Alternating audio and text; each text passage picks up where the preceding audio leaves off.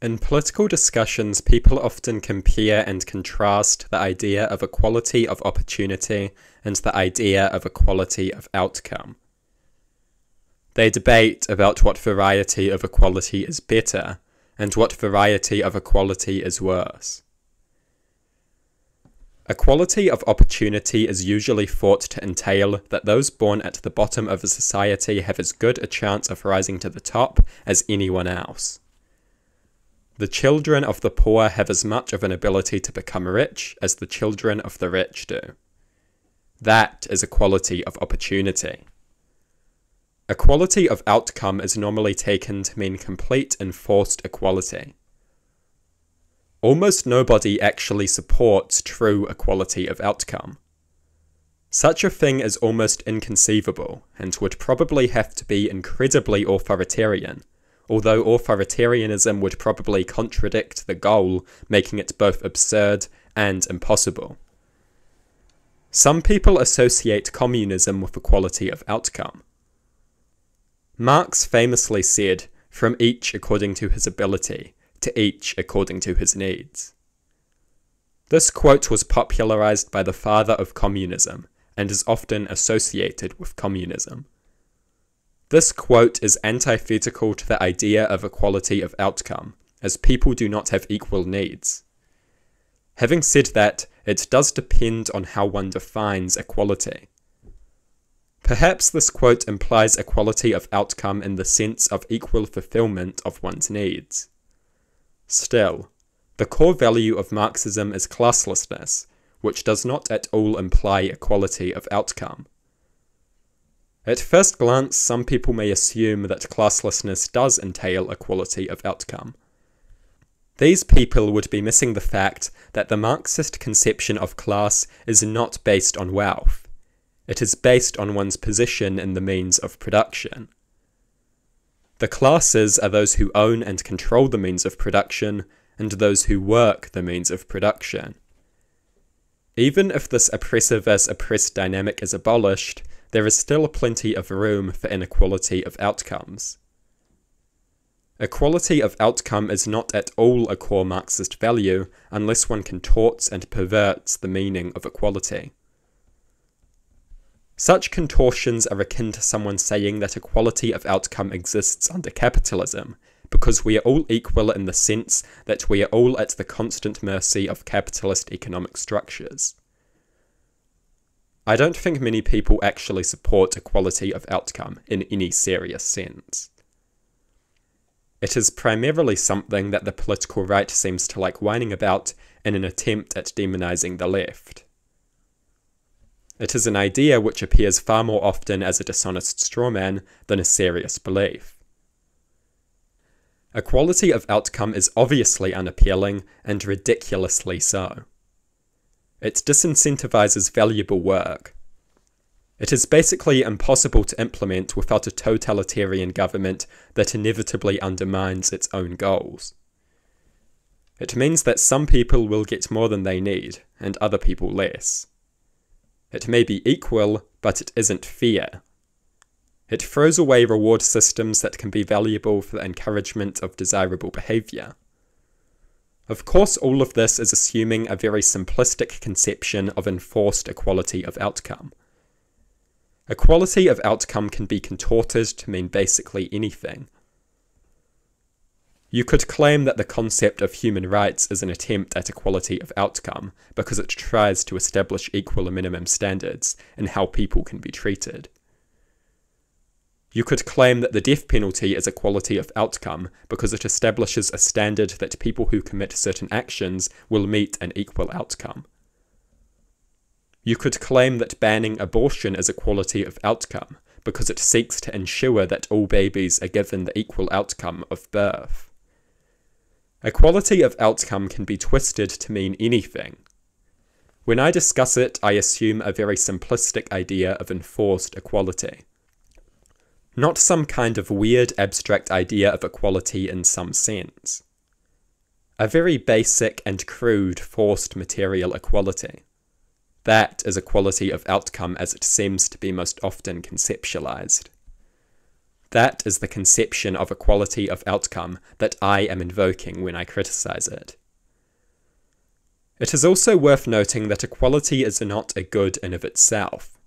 It is a good to some extent in some circumstances. Equality is not an end, it is a means. Sometimes it aligns with rational goals, sometimes it is antithetical to those goals. Sometimes we worship equality as if it were an ultimate end. It is not. I prioritize human well-being over human equality. As a sentient being, I think that it is rational to promote respect for sentience. As a being who can suffer, I think that it is rational to propagate empathy and compassion. I think that the goal of improving human well-being far better aligns with these rational pursuits than a mindless devotion to total equality ever could. Human well-being should be prioritized over human equality. I regard unequal happiness as preferable to equal misery. And I think most people would agree with that. Equality is good to a certain extent. Often equality enhances human well-being, but sometimes it doesn't.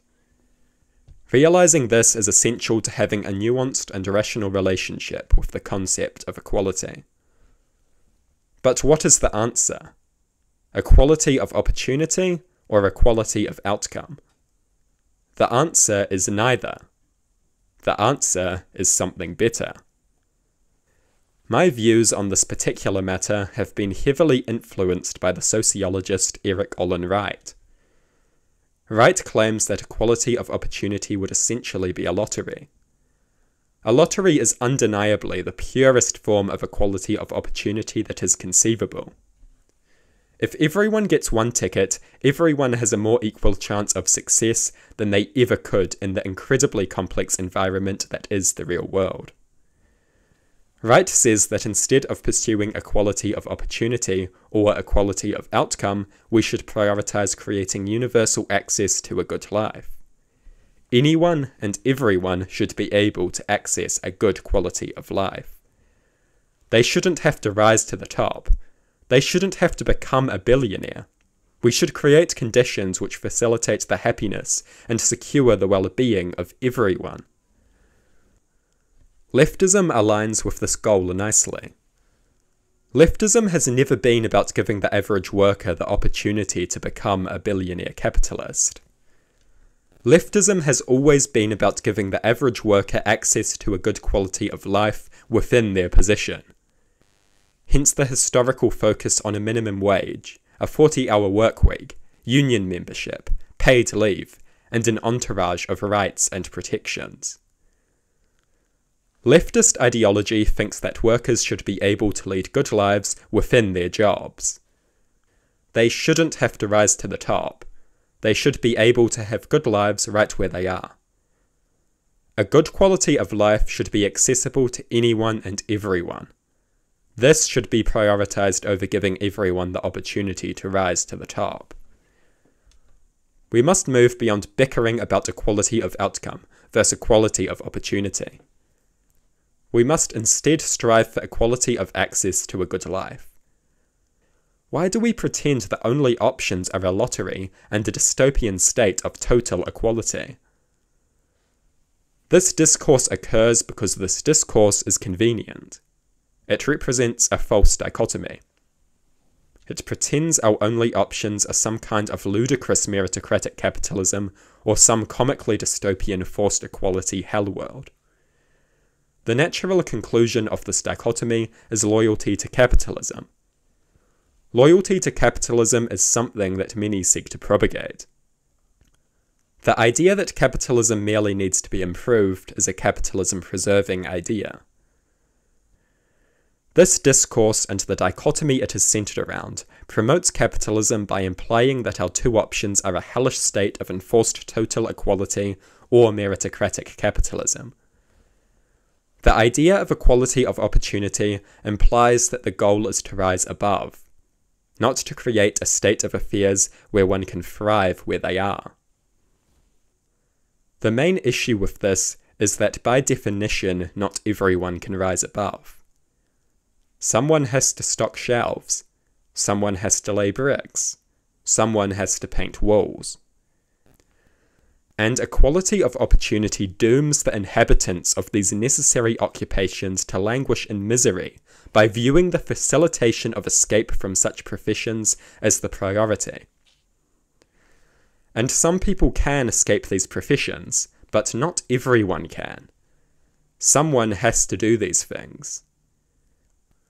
If everyone in these jobs worked extremely hard and incredibly smart, someone would still have to do them. The capitalist economy and society in general is reliant on low-level work. When we fixate on opportunities to become wealthy as the only means to escape miserable occupations, we are dooming the people who will inevitably have to fill these essential occupations. We are condemning them to suffer. All because we were too obsessed with the concept of rising above to bother thinking about the concept of thriving within. And we need to give people the ability to thrive within, because some people have to be within. Low-level jobs are essential to the capitalist economy. You can't have a society that solely consists of billionaire entrepreneurs. Equality of opportunity will always have an exclusionary character. Not everyone can be a rich, successful entrepreneur. Even if everyone worked hard and smart, not everyone can be super successful. Capitalism needs people in lower level positions. Equality of opportunity fixates on moving people to the top as the primary means of improving human well-being. When we pretend the only way to live a good life is by rising to the top, we condemn countless people to live miserable lives, because by definition, not everyone can rise to the top. Human well-being must not be predicated on the impossibility of moving everyone to the top. Human well-being must be predicated on giving everyone the ability to access a good life, regardless of what job they may work.